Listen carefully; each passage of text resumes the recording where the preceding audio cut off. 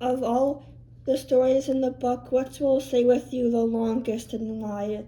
The story of Tina will stay with me, maybe because she is also a teenage girl.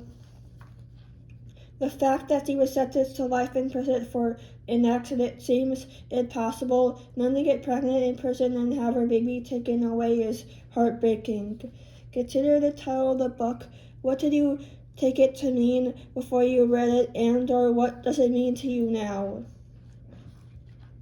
I thought the title had to do with the justice system and mercy, but clearly the system shows no mercy. Now I can see that the title means that people need only mercy to create change.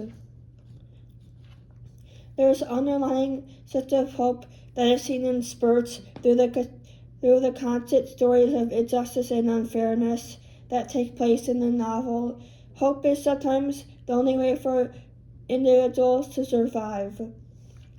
Hope is a lifesaver being tossed to a seeking individual to help them stay above water and persevere to survive.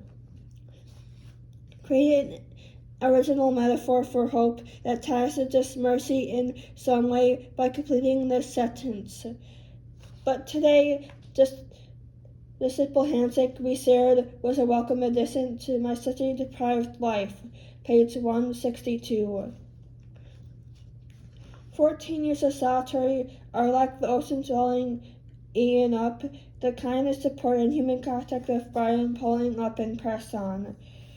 Which details of Walter's case were most difficult for you to accept?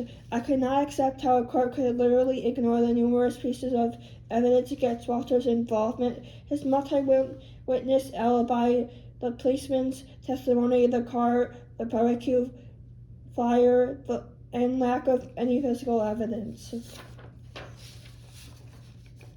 Was it really difficult to believe that this could really happen? It was hard to believe that corruption and racial discrimination was still this bad. Dozens of people were able to confirm that Walter could not have committed the murder. That group included a police officer. Page 51. How is empathy developed through Stevenson's storytelling, curiosity, and multiple points of view? The storytelling puts a face to these forgotten individuals. It gives you a backstory and the rough hand they have been dealt, the incompetent counsel, and lack of compassion. From the time Antonio was in diapers, he endured abusive beatings by his father, who hit him with his hand, fist, belt, and excessive cords, causing bruises and cuts. He also witnessed terrifying conflicts in which his parents would violently assault each other and threaten to kill one another. Page 154. Walter McMillian was the 50th person exonerated from death row in the U.S. Today, 200 people have been exonerated since 1973, many after serving decades in prisons. What are your thoughts regarding these statistics? Do you think that these individuals should be financially compensated for the years they lost? Why or why not?